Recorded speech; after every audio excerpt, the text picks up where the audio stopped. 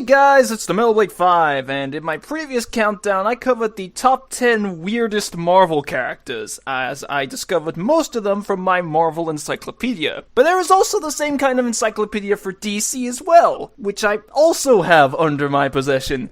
I had the idea for the top 10 weirdest Marvel characters shortly after getting my encyclopedia. And when I got the one for DC a year later, and also noticed a ton of bizarre characters there, I planned on doing the same for DC. I just did Marvel first because I planned it first. So, just like what I did for the Marvel characters, I spent hours skimming through the DC encyclopedia and composed a list of the most absurd characters I found, and then had to whittle it down to just 10, all Britain's Got Talent style.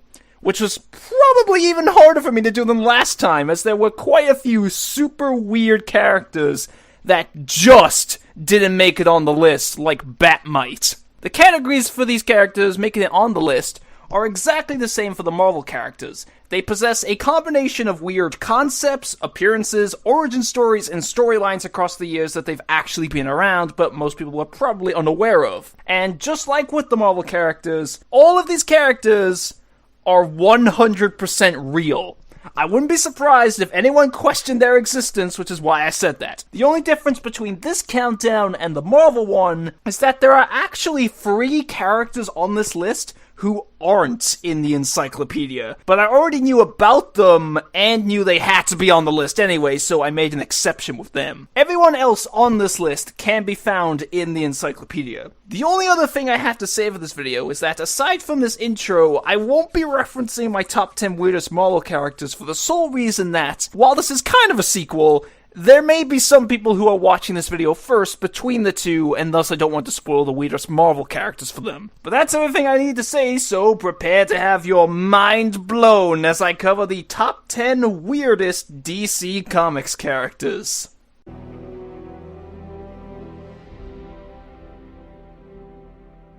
Dex-Starr! He was one of the first characters that I knew for definite had to be on this list. And I'm pretty sure you can tell why just from the picture. In Injustice 2, I bet a lot of people were confused as to why Atrocitus has a random cat following him around. Well, this is him! Dex-Starr was an ordinary Earth cat named Dexter, and was the pet of an unnamed woman living in Brooklyn. However, one day, a burglar broke into Dexter's owner's flat and murdered her. The next day, police were investigating the murder, and Dexter was kicked out of the flat as the police were worried that he would tamper with the crime scene. As apparently none of the Brooklyn police could be asked to look after a cat, Dexter became homeless, in which he was stuffed in a bag by 2 street thugs, who just decided to throw him off the Brooklyn Bridge for no reason. Due to the intense rage that Dexter felt after suffering from the worst week of his life, it attracted a Red Lantern ring, which placed itself on his tail, and he became a Red Lantern. A cat became a Red Lantern! With the powers granted by the ring, Dexter immediately killed the 2 thugs and slept on their skulls, in which he called himself a good kitty. Now a member of the Red Lantern Corps, Dexter became Dex-Starr and sought out vengeance against his owner's killer, whilst ending up on Mxyzptlk, the Red Lantern homeworld, where after licking the blood of Rancor, another Red Lantern from Earth, he gained the power to create red constructs with his ring like any other lantern. As part of the Red Lantern Corps, Dex-Starr effectively became Atrocitus' pet, as he frequently travels alongside him, and Atrocitus even pets him Blofeld style, which is why he appears with him in Injustice 2. Dex-Starr even once saved Atrocitus' life after the latter lost his Red Lantern ring to Guy Gardner, and even acted as Atrocitus' right-hand man, or cat, in helping him regain his position as the Corps' leader. Later on, Dex-Starr was actually once killed by Lobo, but was reborn from the Red Lantern's bloodbath as a being of pure rage, similar to Atrocitus. Not only is Dex-Starr weird due to being a goddamn cat that's a Red Lantern, but also because he plays such a prominent role in the Red Lantern Corps. In fact, he was originally intended to be a one-off joke character, but returned due to positive reception. And admittedly, I do find him to be kind of adorable, even if DC has stated that he's actually the most sadistic of all the Red Lanterns. I wonder what Catwoman would think. Mr. Mxyzptlk. Well, okay, apparently the official pronunciation of his name is Mxyzptlk, but I find my pronunciation easier to say. Mr. Mxyzptlk is an imp-like creature from the 5th dimension, where all of its inhabitants are not bound to the laws of physics found in the 3rd dimension, which refers to our reality. This means that Mxyzptlk is basically a cartoon character who runs on cartoon logic. His most notable power is that he possesses reality warping abilities to alter the 3rd dimension in any way he can imagine. He typically uses this to shapeshift his body into all manners of objects and beings like airplanes and even various DC heroes. Speaking of heroes, part of the reason why Mxyzptlk is on this list is because of which superhero's rogues gallery he belongs to. To anyone that doesn't know who he's a villain to, take a guess. You're probably thinking that he's a villain to some B-list hero, right? Wrong. He's a Superman villain. He's been using reality warping powers to constantly torment Superman ever since the golden age of comic books, in which his name was spelt slightly differently, due to believing that he's far more intelligent than the Man of Steel. He even appeared in Superman the Animated Series, in which he was given a girlfriend named Mxyzptlk, or whatever, who also possesses the same powers as him. Now for this list, I was conflicted between going with Mxyzptlk or Batmite, because they're both very similar, just with the latter being associated with Batman and not being a villain. But I ultimately went with Mxyzptlk for these last 2 reasons. The first is that, as most comic book heroes and villains go, Mxyzptlk has a weakness, especially since he goes up against Superman. But his weakness is very bizarre. Mxyzptlk's downfall has always been the fact that if you somehow get him to spell or say his name backwards, pronounced Keltip-Zixum, then he is forced to return to the 5th dimension for a minimum of 90 days. I don't know how that works or why it's temporary, but still, it is the reason why he has constantly reappeared to torment Superman over the past 70 years. However, oddly enough, his weakness was retconned after the famous Crisis on Infinite Earth storyline, where instead he just chooses to return to the 5th dimension after certain conditions are met. And second is that one time he fought the Impossible Man, a Marvel Comics villain, in which they shapeshifted into a number of heroes from their respective universes. Out of all the characters they could have chosen to use in a Marvel DC crossover, they chose this guy. I just have no more words for him. The Fisherman.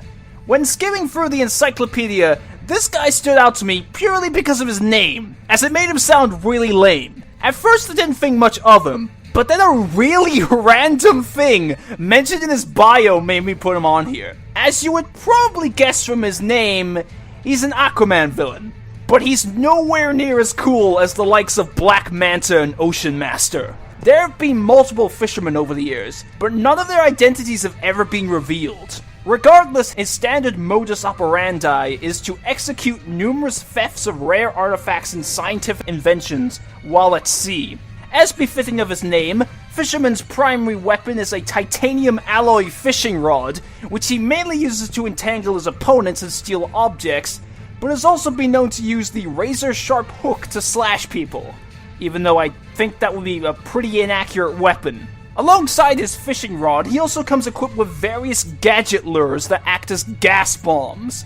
In fact, during his first ever battle against Aquaman, one of these explosive lures almost killed him, in which he had to flee on a blue whale. And on the subject of his battles, Fisherman has an odd resume. Not only does he commonly fight Aquaman, but during the Crisis on Infinite Earths, he went on a killing spree in Gotham City, which resulted in him being shot dead by the GCPD. He once fought Nort, a dog-like alien who is a Green Lantern, and he was even one of many villains to confront Young Justice when the latter team leads a superpowered army against the villain-friendly country of Zandia. But the absolute weirdest thing about Fisherman, which automatically made him a contender for this list just from the encyclopedia alone, was a really freaking random plot twist they made in 2007 about his origin story. You notice that hood he's always wearing? Well, turns out that hood is an alien parasite. No joke. The hood is actually a xenoform parasite which attaches itself to the victim's head and uses telepathy to instill fear and control their minds. Plus, this parasite has been passed on from person to person, which explains why there are so many fishermen. Where the hell did that come from? That's such a random plot point that comes out of nowhere, and why do you have a villain with such a dumb concept and absolutely no connection to space get aliens as part of their backstory? And have that character be a villain to Aquaman, no less! Even for comic books, and the universe that contains psychic talking gorillas as villains. That's just ridiculous! Prez. No little startup sentence need here, as this character's entire biography speaks for itself. In the year 2036, 19-year-old Beth Ross was working in a branch of the fast food franchise Little Doggy when she accidentally battered and deep-fried her own hair. Don't know how that's possible or what the science behind that is, but whatever. Anyway, her friends have recorded a video of the incident and uploaded it to social media under the name Corn Dog Girl, which went viral. Meanwhile, due to voter apathy and the venality of politicians, an amendment was passed through the US Congress allowing voting by email and social media. Then when the presidential election of 2036 arrived, due to Beth trending stratospherically, and when I got to this part of her bio in the encyclopedia, I immediately put it down and said, "Don't tell me this is going where I think it's going." So, because of her incident with the deep fryer trending, Anonymous, just straight up Anonymous, launched a campaign involving political chicanery, and Beth became President of the United States. She became president purely because she's a meme. What were people thinking along the lines of, you know, this girl with the corn dog hair, she really speaks for me. Like, she represents my culture, and I completely support her ideals and policies. This reminds me of when a decent number of people actually voted for Harambe during the 2016 election, because I guess they just didn't give a shit. In fact, this whole set of events reminds me of the greatest anime ever conceived by man, Cory in the House. Anywho, despite her lack of qualifications, Beth turned out to actually be a good president. Her first order of duty was to remove the institutional corruption found in the American government, and filled up her cabinet with what she refers to as actual smart people. Plus, she actually seems to care about regular people and wants to reform society. Lastly, she appointed the most hated politician in America, Preston Rickard, a reference to the original Prez from the 70s comics, as her vice president, with the reasoning that no one would try to assassinate her if he was next in line for the job. Which is actually a really smart strategy. But regardless, how this connects in any way to the rest of the DC universe is beyond me. And it just seems like such a random concept to have a girl become a meme and have that result in her becoming president of the United States. Now let's pretend that in our universe we could also vote through emails and social media. I think I know who our next president would be.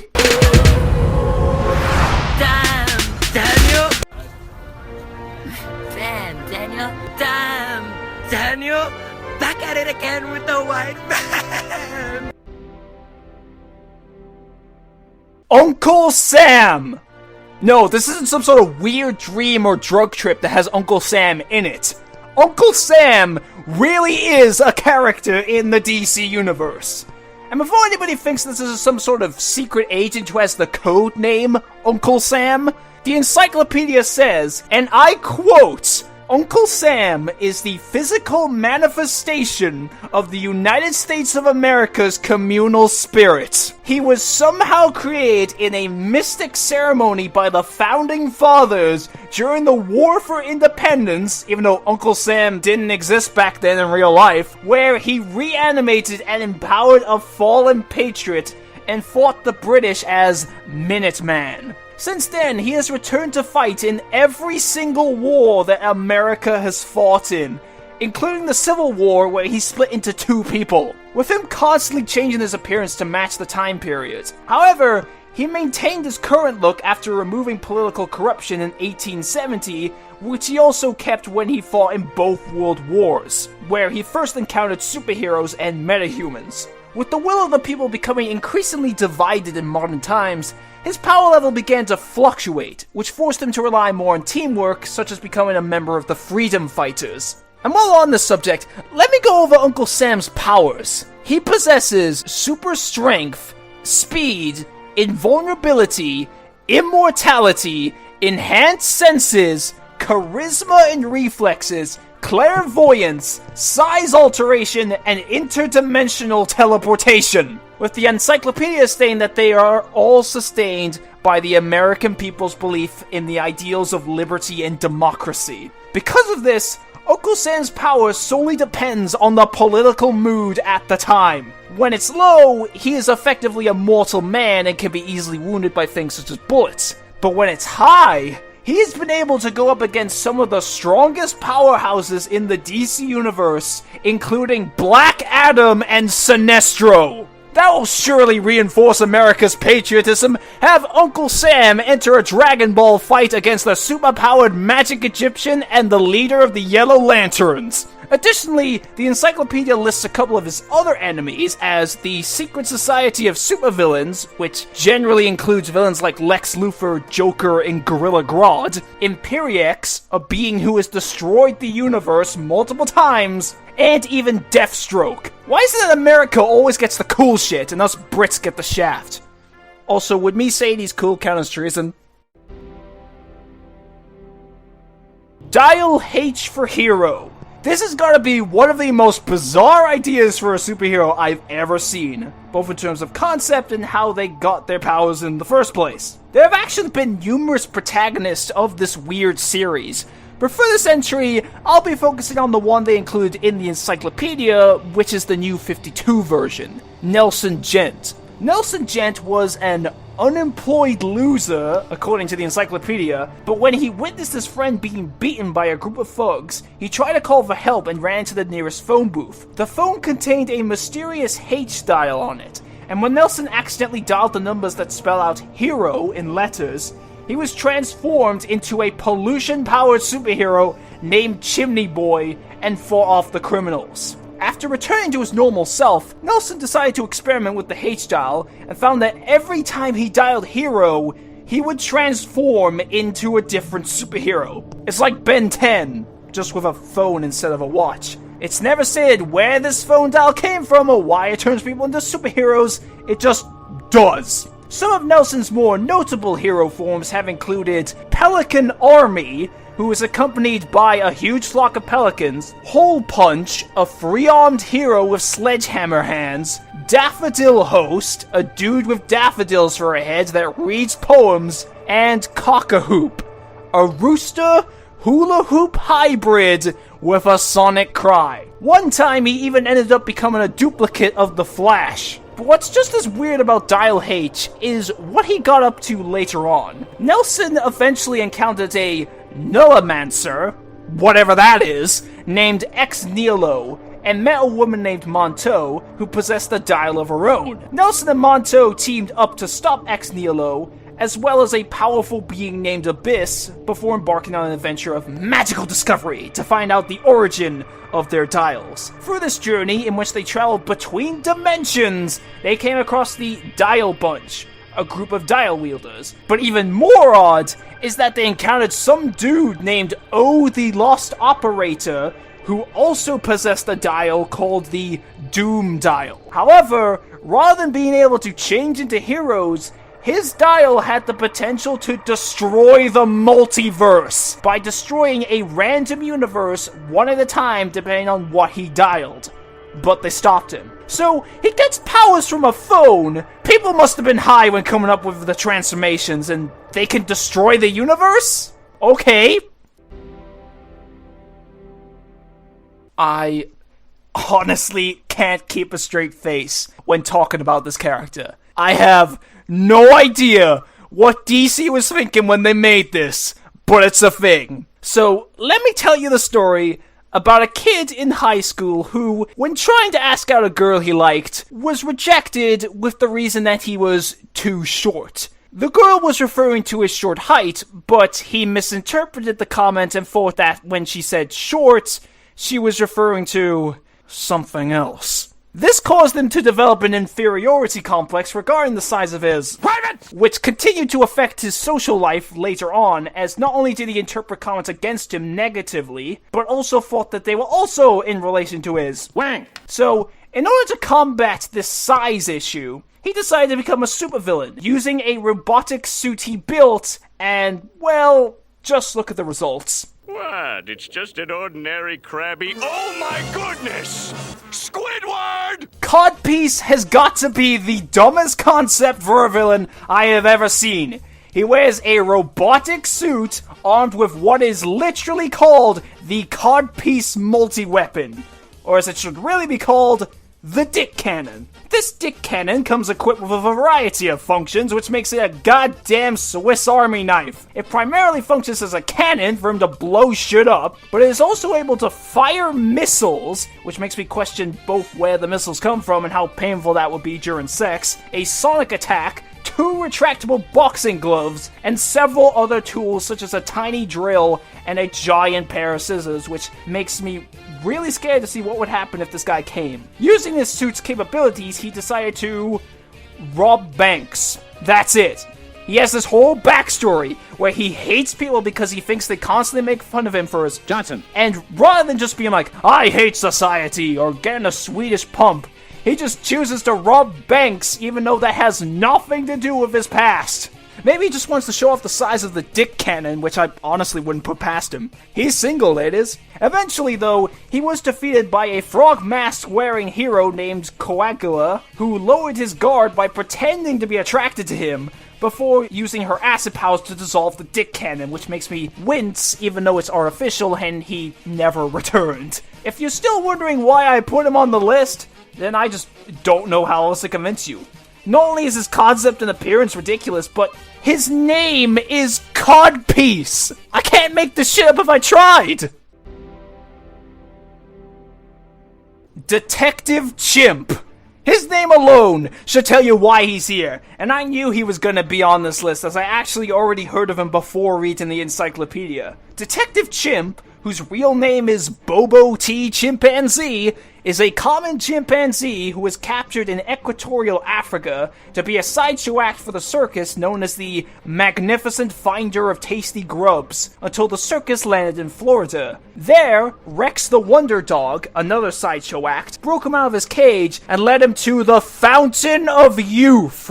The goddamn Fountain of Youth! Why it's in Florida and why nobody questions it, I have no idea. Bobo drank from the Fountain of Youth, but it had given us false advertising, as rather than just granting eternal youth, it also gave Bobo super intelligence and the ability to speak to all living creatures, both humans and other animals, in their own languages. With his newfound intelligence, Bobo was able to deduce that a woman who had visited the circus actually murdered her sister and shared his findings with the police. As he was able to solve crimes with his brains, he left the circus and became a private detective. He set up his own detective agency, but it failed due to the fact that he was classed as a non-person for obvious reasons, which got him into legal issues. Due to the crushing blow he faced from losing his business, Detective Chimp became an alcoholic from drinking heavily at the Oblivion Bar, a watering hole for occult beings. I know this sounds mean, but I honestly find a chimp having an alcohol problem to just be a hilarious concept. Anyway, Detective Chimp used his time at the bar to his advantage to eventually get back into the crime-fighting business,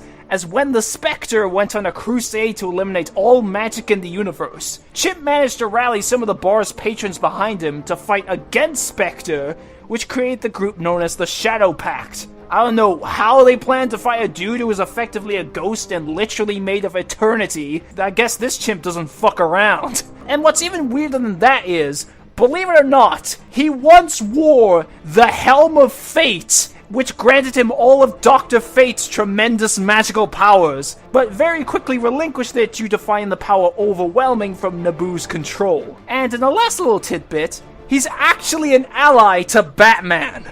The two of them commonly meet up to exchange theories to help solve crimes. Just the thought of Batman teaming up with a chimp makes me laugh. That's like if they made a movie in which Batman teams up with Scooby-Doo. Oh, you gotta be fuck. Bat Cow!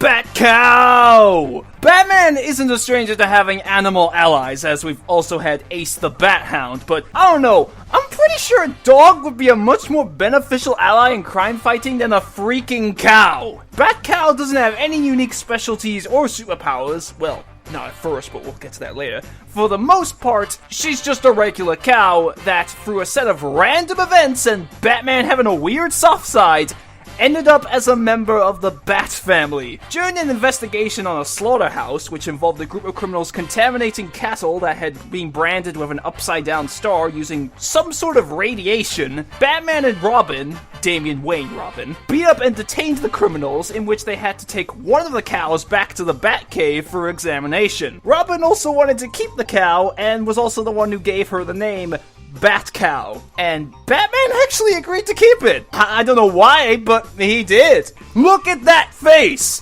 Batman's face here as he stares somewhat seductively to her and says, Bat Cow, sums up this entire scenario. As a result, Bat Cow straight up lives in the Batcave, and she even has her own Batman cape complete with a little bell. Now's where things get even weirder. Later on, Batman discovered that the radiation Bat Cow had been contaminated with was actually mind control radiation, in which he tried to get rid of her due to being a potential threat, but Robin objected as he didn't want her to get hurt. Then after Damian's death in the comics at the hands of his weird clone created by Talia al Ghul, but that's a story for another day, Bat Cow and Ace suffered a severe loss of morale, in which Nightwing and Alfred had to look after her. Then after Nightwing disappeared, Alfred became the sole caretaker of the cow. I just laughed at the thought of Batman going, Alfred, you're on Bat Cow duty. Also, Bat Cow spent a period of time away on a Wayne Enterprises dairy farm,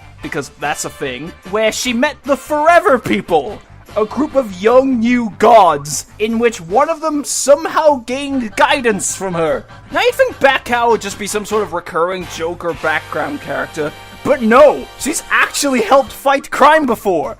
Before Damian's death, she once helped him eject from an exploding Batmobile, because cool cows don't look at explosions. She stopped a criminal being chased by police by running in front of his car, and she was able to stand up to Calabac, Darkseid's son. No, no, no, no, no, no, no, no, no, no, no, no. Bat Cow! Oh boy.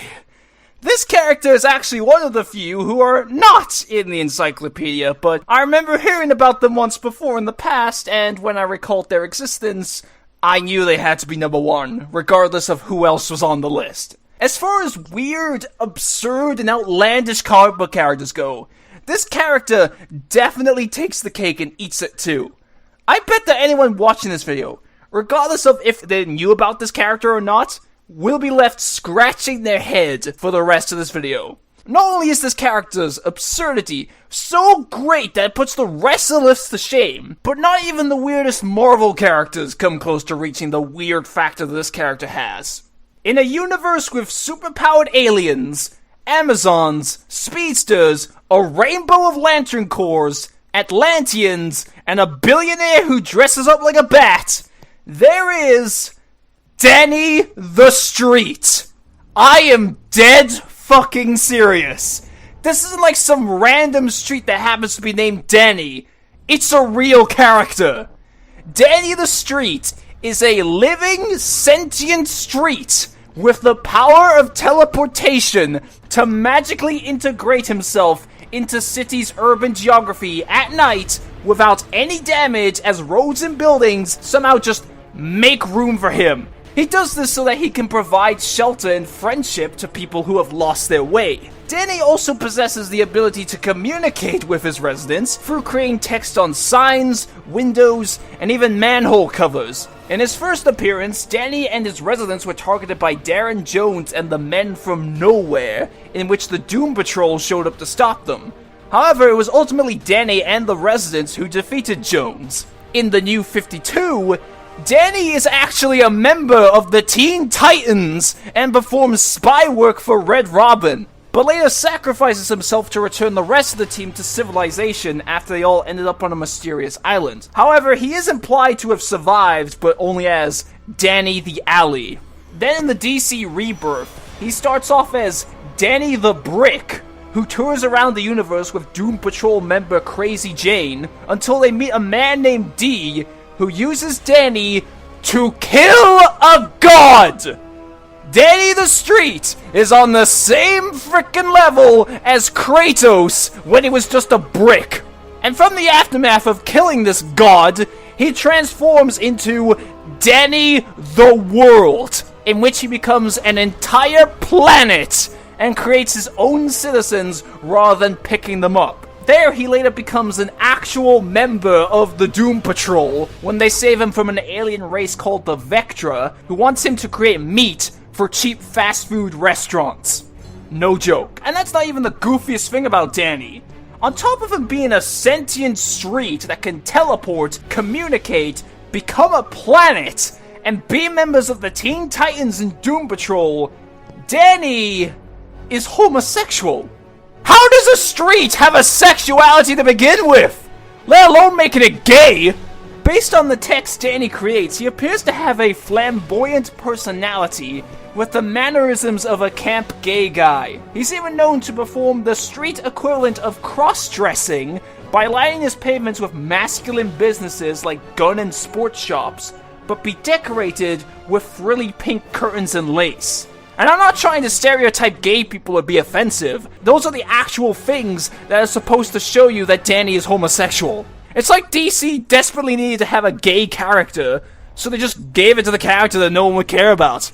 Due to Danny having the most absurd concept ever of being a sentient street, to his bizarre powers of teleportation and text communications, and to his outlandish adventures of joining several superhero teams, killing a god, and becoming a planet, combined with his obscurity and random sexuality, making him weirder, easily gives Danny the Street the deserving title of being the weirdest DC character.